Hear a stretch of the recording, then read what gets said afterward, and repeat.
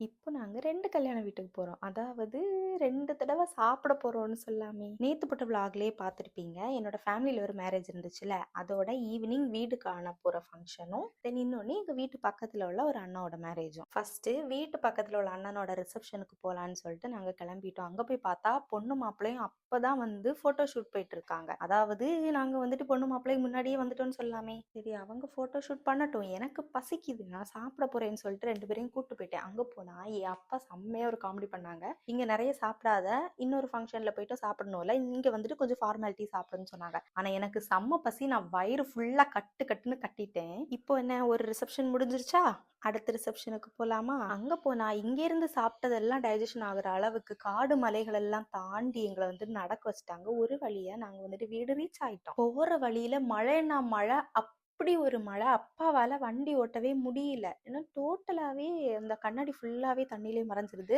எங்களுக்கு. நாங்க van miss பண்ணிட்டோம். ஃப்ரெண்ட்ல போன வேனை பார்த்துட்டே நாங்க ஃபாலோ பண்ணிட்டு போயிட்டு இருந்தோமா, அந்த வேன் மிஸ் பண்ணிட்டோம். எந்த ஆடிட்டோரியம் நேம்னு தெரியல. எப்படி எல்லாமோ கண்டுபிடிச்சு ஒரு வழியா அங்க போய் ரீச் ஆயிட்டோம். அங்க போய் பார்த்தா காடமலைகள் எல்லாம் தாண்டி வந்திருப்பீங்க, உங்களுக்கு நிறைய சாப்பிட தாரோன்னு சொல்லிட்டு வெளியெல்லாம் நல்லதான் வச்சிருந்தாங்க. டீ, வடை, பாப்கார்ன், எப்படி என்னென்னமோ வச்சிருந்தாங்க. நான் எல்லாம் மறந்துட்டேன். இப்போதான் நான் மெயின் மேட்ருக்கே வாரேன். அந்த இன்னொரு கல்யாண வீட்ல அப்பா என்ன சொன்னாங்க, ஃபார்மாலிட்டிக்கு சாப்பிடு, நிறைய சாப்பிடாத, இங்க போயிட்டு சாப்பிடணும்னு சொன்னாங்க. எதனால, நான்வெஜ் இருக்கணும். ஆனா இங்க வந்து பார்த்தா சோத்துல சாம்பாரா, கறி குழம்பு எங்கடா அப்படின்னு தான் எனக்கு இருந்துச்சு. ஏன்னா எனக்கும் அப்பாக்கும் நைட் டைம்ல கல்யாண சாப்பாடு போடுறது பிடிக்காது. ஏதாவது மேரேஜ்ல இந்த மாதிரி நைட் டைம் கல்யாண சாப்பாடு போட்டாங்கன்னா நான் சாப்பிட மாட்டேன். எனக்கு கடையில இருந்து வாங்கி கொடுத்துருவாங்க. அப்பா வந்துட்டு தப்பா நினைக்க கூடாதுன்னு சொல்லிட்டு ஃபார்மாலிட்டிக்கு சாப்பிடுவாங்க. அப்படிதான் இருக்கும். இங்க வந்துட்டு மீல்ஸை பார்த்தது எனக்கு செம்ம சிரிப்பு. ஏன்னா எனக்கு பசிக்கல, நான் அங்கே இருந்து நல்லா சாப்பிட்டுட்டேன். ஆனா இங்க உட்காந்துட்டு சும்மா உட்காரக்கூடாதுல்ல, அதனால பக்கத்துல உட்காந்துட்டு இந்த பாயாசம், பழம், இந்த மாதிரி குட்டி குட்டி ஐட்டம்ஸ், தென் போலி இருந்துச்சா,